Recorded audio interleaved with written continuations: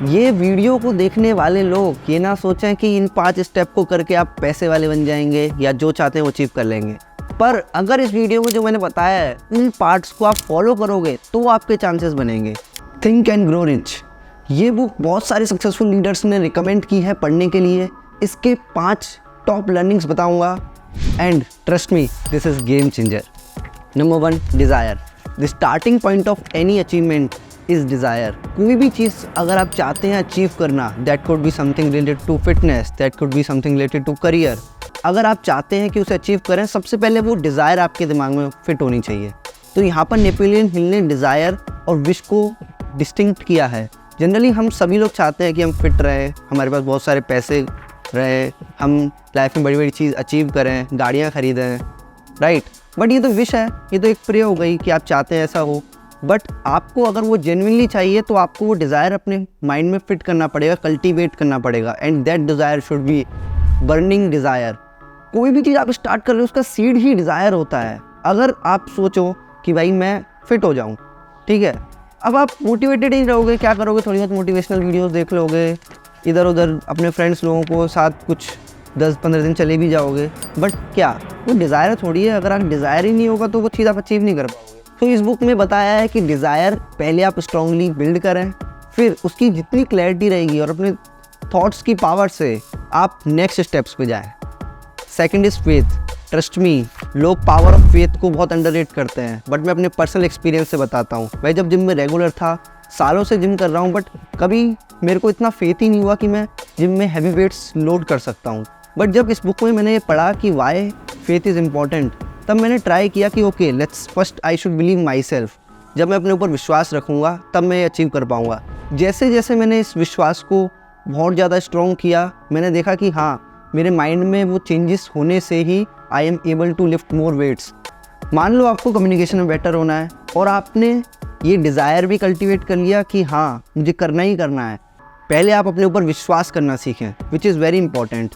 Faith की जो दूसरी डेफिनेशन जो मैंने अपनी लाइफ में अप्लाई करी है वो ये है, मान लो आप कुछ नया सीखना चाहते हैं। मान लीजिए आप मार्केटिंग से रिलेटेड कुछ सीख रहे हैं, कोडिंग से रिलेटेड कुछ सीख रहे हैं। आप यूट्यूब पे वीडियोस देखेंगे, कुछ ब्लॉग्स देखेंगे, हो सकता है आप कोई कोर्स ले लें। पर अगर आपके नेचर में डाउट रहेगा कि यार ये बंदा सही पढ़ा रहा है नहीं पढ़ा रहा है, या ये राइट सोर्स है कि नहीं, ये मैं सही चीज़ कर रहा हूँ या नहीं कर रहा हूँ, ये सब अगर आपके माइंड में कन्फ्यूज़न रहेगी ना तो नहीं हो रहा काम। भाई अभी डिज़ायर आया है और उसके सेकंड स्टेप में फेथ ही नहीं है आपको, यहीं पर बहुत सारे लोग बिखर जाते हैं। तो यहाँ पर नेपोलियन हिल ने बताया है कि अगर आप वो चीज़ कर रहे हैं तो उस प्रोसेस पर, उन लोगों पर और अपने आप पर विश्वास रखें। मैंने कई सारे लोग देखे हैं जो जेईई मेंस की पढ़ाई सिर्फ यूट्यूब देख के कर लेते हैं। ऐसा नहीं है इन्फॉर्मेशन नहीं है, बट लोगों को ट्रस्ट नहीं है।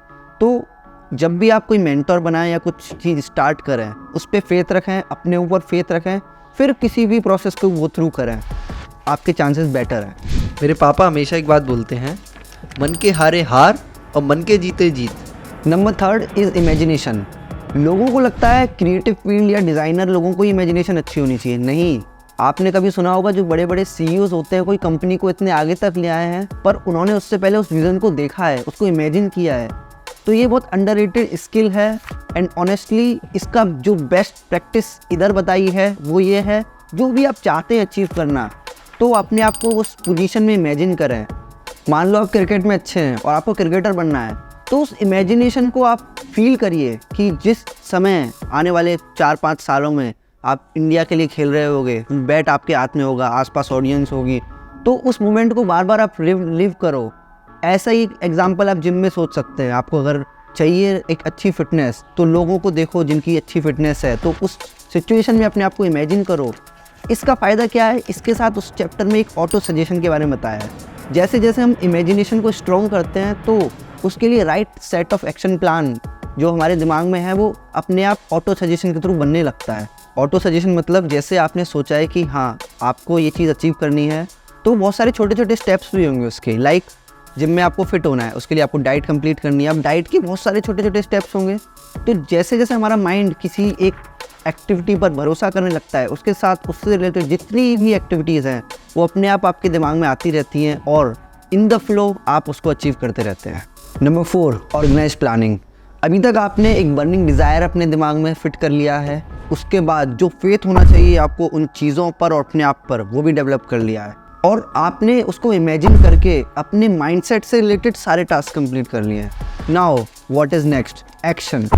तो आपको उस एक्शन से पहले ऑर्गेनाइज्ड प्लानिंग रखनी है। आपको सेट करना है क्लैरिटी कि आपका डिज़ायर क्या है, उससे रिलेटेड आपको अपने अंदर क्या क्या चेंजेस करने होंगे, क्या चीज़ कितने टाइम तक कंसिस्टेंटली करनी होगी, राइट सेट ऑफ पीपल जो आपको उस गोल तक अचीव करने के लिए इम्पॉर्टेंट हैं, आप उनके बारे में सोचेंगे। तो अपनी उस प्लानिंग को थोड़ा ऑर्गेनाइज कर लें, लिख लें। The best way I feel, अगर आप चाहते हैं तो पिक ओनली 3 डिज़ायर्स। जो मैंने पहले बुक रिव्यू करी थी इस वीडियो में, इस बुक में एक बहुत अच्छी बात बताई है कि डिज़ायर्स इज़ एनिमी। बहुत ज़्यादा डिज़ायर्स मत रख लीजिए कि मुझे ये भी चाहिए, ये भी चाहिए, ये भी चाहिए, ये भी चाहिए। लिमिटिफाई योर डिज़ायर्स। मैं मानता हूँ कि 2 to 3 डिज़ायर्स अगर आप चाहते हैं, how big they are you can set. उन 3 डिज़ायर्स को कहीं लिख लें। उससे रिलेटेड जो आपके स्टेप्स हैं, गोल्स हैं, माइलस्टोन्स हैं, अचीवमेंट्स है, टाइमलाइन है थ्रू आउट द प्रोसेस, उसका एग्जीक्यूशन फिर आप लिखने लगें।